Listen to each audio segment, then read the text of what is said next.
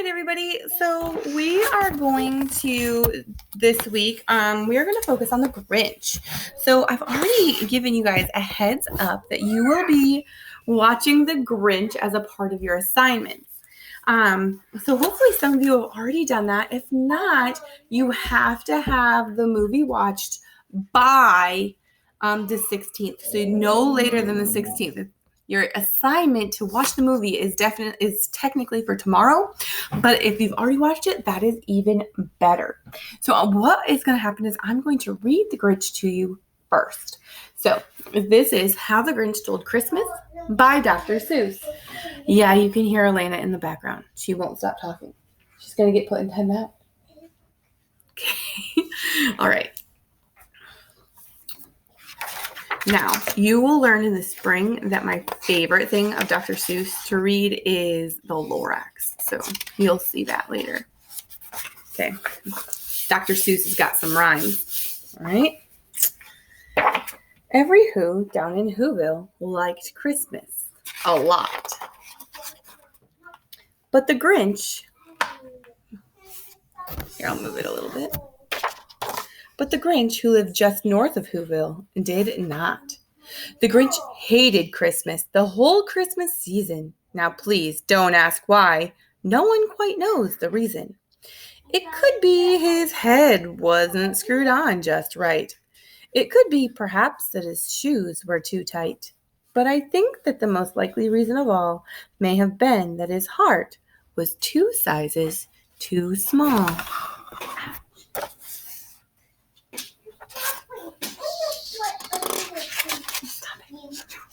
Elena James. Sorry, guys.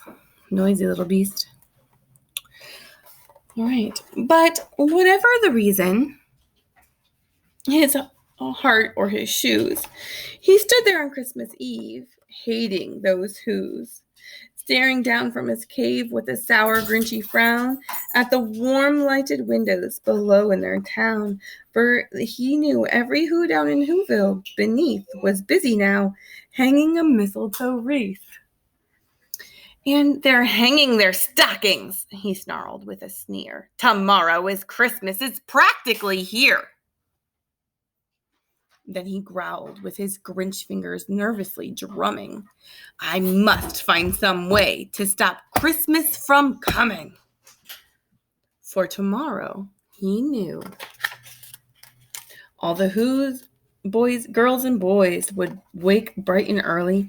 They'd rush for their toys, and then, the noise, noise. That's one thing he hated, the noise.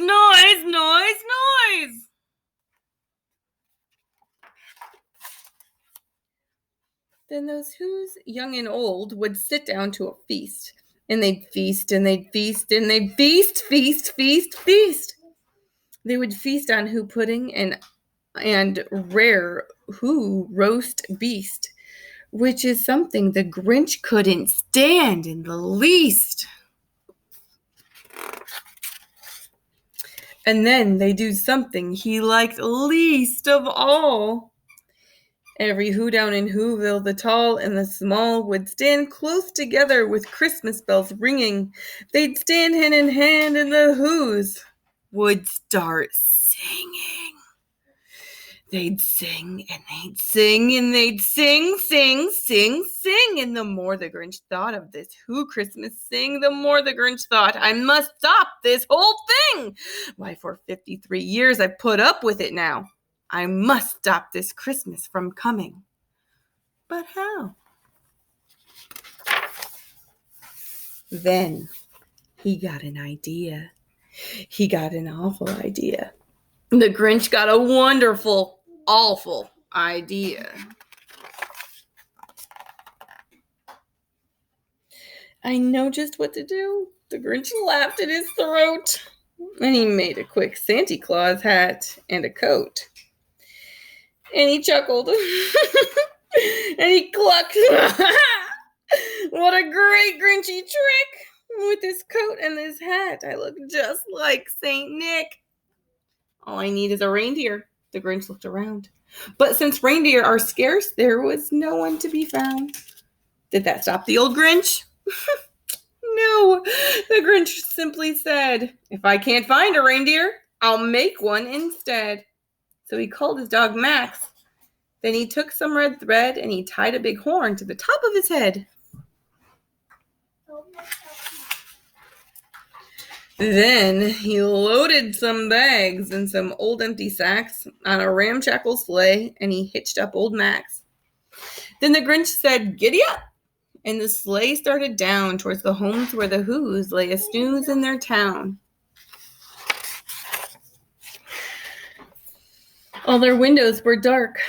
Quiet snow filled the air. All the Who's were all dreaming sweet dreams without care. When he came to the first little house on the square, "This is stop number 1, the old Grinchy Claus hissed, and he climbed to the roof, empty bags in his fist. Then he slid down the chimney, a rather tight pinch. But if Santa could do it, then so could the Grinch. He got stuck only once, for a moment or two. Then he stuck his head out of the fireplace flue, where the little Who stockings all hung in a row. "These stockings," he grinned, "are the first things to go."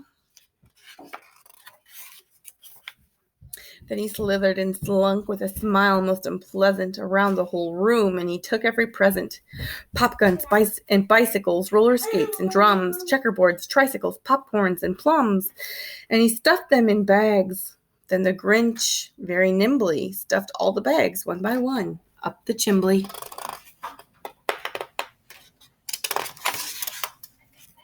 Then he slunk to the icebox. He took the Who's feast. He took the Who pudding. He took the roast beast. He cleaned out that icebox as quick as a flash. Why, that Grinch even took their last can of Who hash. So rude. Make sure you're paying attention, because you're going to be having to answer questions not only just about the book, but also about the movie that hopefully you watched. And if you watched both versions of the movie, even better, because then if you fill out the extra questions, you'll get even more extra credit. And then he stuffed all the food up the chimney with glee. "And now," grinned the Grinch, "I will stuff up the tree."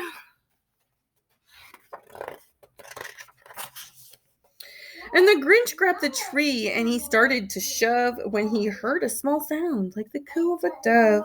He turned around fast and he saw a small Who. Shh. Little Cindy Lou who was not more than 2. Pay close attention to that one. The Grinch had been caught by this tiny Who daughter who'd gotten out of bed for a cup of cold water. She stared at the Grinch and said, "Santa Claus, why? Why are you taking our Christmas tree? Why?" You have to be quiet.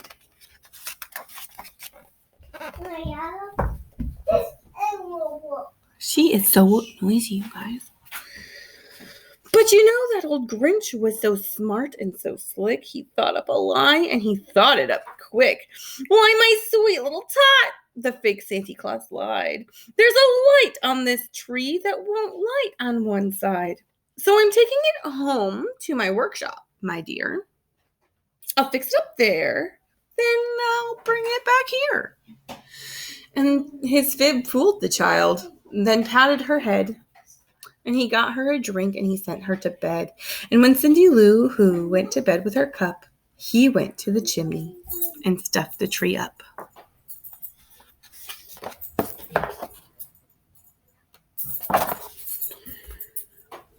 So the last thing he took was the log for the fire. Then he went up the chimney, himself that old liar. On their walls he left nothing but hooks and some wire. And the one speck of food that he left in the house was a crumb that was even too small for a mouse.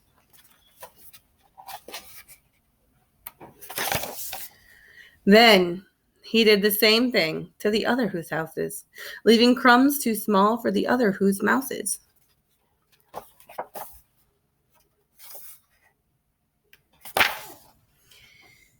It was dawn, all the who's still abed, all the who's still a snooze, when he packed up his sled.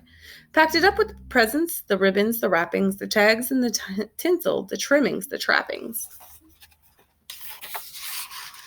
3,000 feet up the side of Mount Crumpet, he rode with his load to the tip-top to dump it. Pooh-pooh to the who's.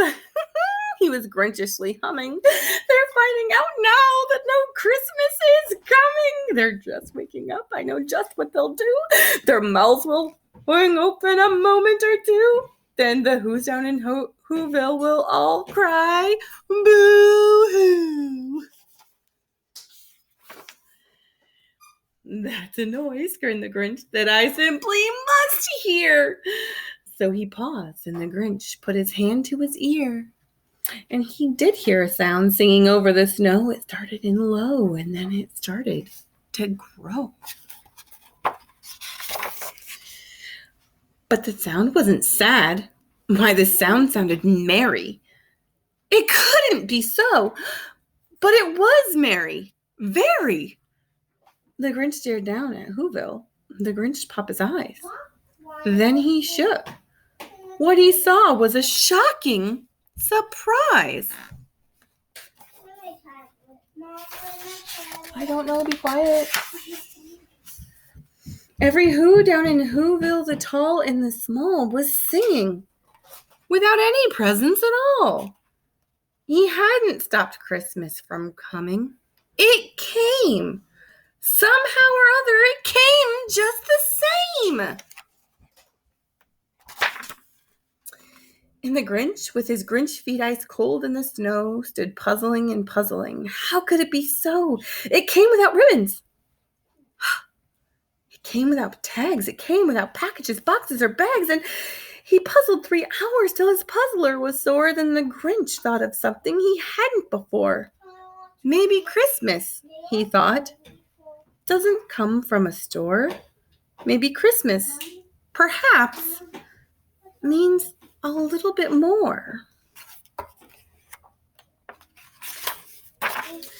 And what happened then? Well, in Whoville they say that the Grinch's small heart grew 3 sizes that day.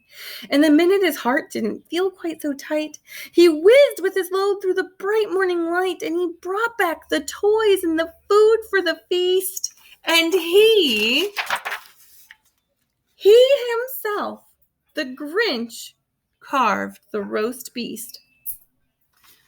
So that is the original story from Dr. Seuss of how the Grinch stole Christmas.